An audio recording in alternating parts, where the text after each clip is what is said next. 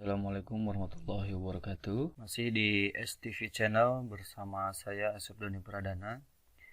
Pada kesempatan kali ini kita akan membahas mengenai soal-soal uji kompetensi untuk jurusan Rekayasa Perangkat Lunak tingkat SMK. Dari beberapa soal yang ada ketika kita akan melaksanakan uji kom, kita akan pilih salah satu soal yang mungkin akan kita bahas mulai dari awal sampai dengan proses pembuatan aplikasi beserta source code dan teknik cara pengerjaannya. Soal yang akan kita bahas kali ini adalah soal uji kom pada tahun 2018-2019, yaitu paket soal yang ke-1 mengenai aplikasi kasir restoran. Ini merupakan soal yang diberikan oleh PSMK terkait uji kom di tahun 2018-2019. Di dalam soal ini ada beberapa petunjuk serta apa saja yang harus dipersiapkan dalam pelaksanaan uji kom. Nanti file ini akan saya share juga, dan mungkin untuk sebagian SMK itu sudah ada atau sudah mempunyai soal untuk paket soal yang dimaksud.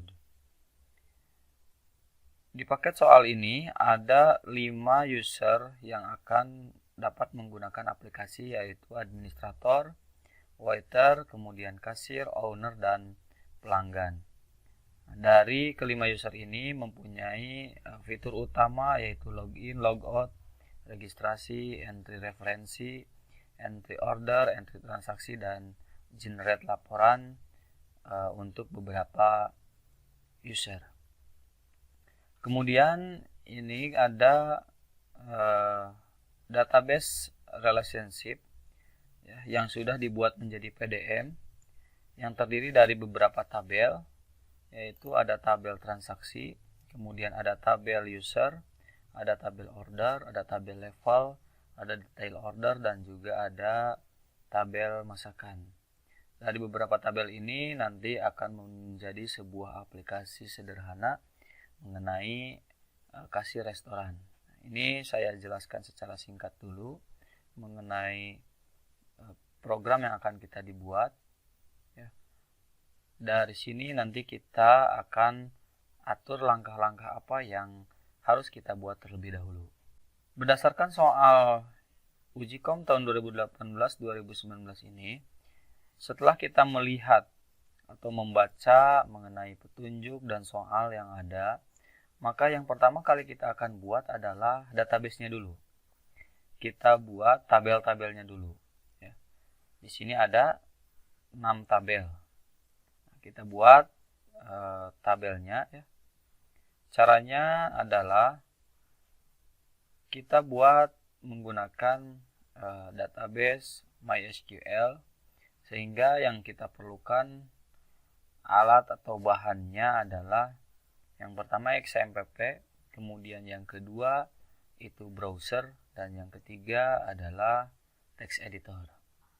Saya anggap bahwa semua penonton sudah memiliki XMPP, browser, dan juga text editornya, sehingga kita tidak akan lagi menjelaskan mengenai bagaimana cara install XMPP, bagaimana cara install text editor, dan bagaimana cara install browser. Kalaupun ada yang belum memahami mengenai cara install ketiga tersebut, maka silakan saja di search di STV Channel di YouTube-nya dan dicari mengenai install XMPP dan lain sebagainya. Baik, kita langsung saja jalankan XMPP-nya. Karena saya menggunakan Windows 10, maka tinggal di search saja mengenai XMPP. Kemudian kita jalankan Apache dan MySQL-nya. Kita klik start untuk kedua bagian ini. Kemudian kita buka di browsernya, ketikkan localhost phpMyAdmin. Kita tunggu beberapa saat. Setelah terbuka, nanti kita buat nama database-nya. Kebetulan di sini sudah ada database-nya, kita coba hapus terlebih dahulu untuk memudahkan dalam hal mengikuti tutorial ini. Kita drop dulu ya nama database-nya. Oke, kemudian kita buat database yang baru. Kasih nama yaitu Ujicom Resto atau apapun namanya terserah kalian, yang terpenting adalah sesuaikan dengan nanti konfigurasi di PHP-nya. Yang saya contohkan di sini adalah Ujicom Resto. Setelah itu di create. Nah, otomatis kita sudah membuat nama database-nya adalah Ujicom Resto dengan tabel yang kosong. Kita kembali lagi ke soalnya. Di sini ada 6 tabel. Yang mana yang harus kita buat terlebih dahulu? Sebenarnya yang mana saja. Yang terpenting jangan sampai ada yang terlewat, baik itu tabelnya maupun dari fieldnya. Kita coba dari yang paling sedikit dulu ya. Yang pertama dari level. Di sini fieldnya ada ID level dan ada nama level. Kita coba buat nama database-nya adalah level. Berarti kita buat misalkan T-level ya. Kemudian go. Setelah itu kita buat fieldnya ada ID level, kemudian apalagi nama level. Nama level. Untuk ID level integer, kemudian itu adalah primary key ya. Kita bisa lihat di sininya, ini ada PK berarti primary key. Kemudian setelah dibuat primary key, buat juga auto increment supaya tidak ada yang sama. Kemudian nama levelnya itu bisa kita buat integer atau bisa juga kita buat varchar, tergantung daripada mau bagaimana sistem kita buat ya. Nah, yang saya contohkan sekarang kita coba buat sebagai integer terlebih dahulu.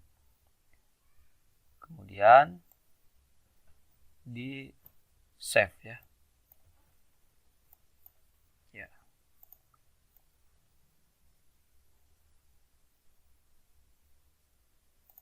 Oke, kita sudah selesai buat satu tabel dengan nama tabel T-level yang terdiri dari dua field yaitu ID level dan nama level. Kemudian yang berikutnya kita buat yang tabel user. Ada ID user, username, password, kemudian nama user dan ada relasi ID level dari tabel level. Kita buat yang tabel usernya.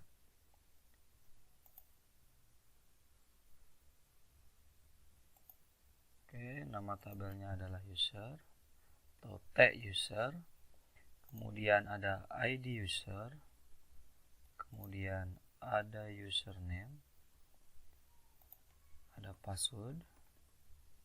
Selanjutnya nama user dan ID level. Nama user.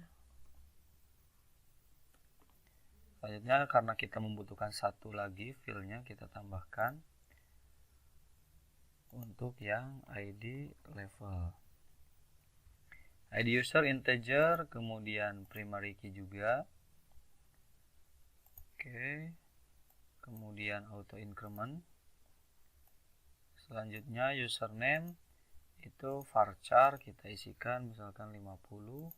Passwordnya juga varchar 50. Selanjutnya nama user kita buat varchar, isikan misalkan 100. ID level integer, samakan dengan yang ID level di bagian level. Nah, selanjutnya kita save.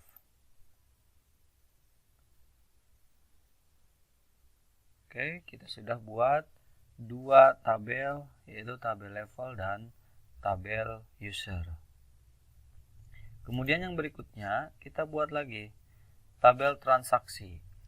Di tabel transaksi ini ada ID transaksi, ada ID user, ID order, tanggal transaksi, dan total bayar. Kita buat tabelnya.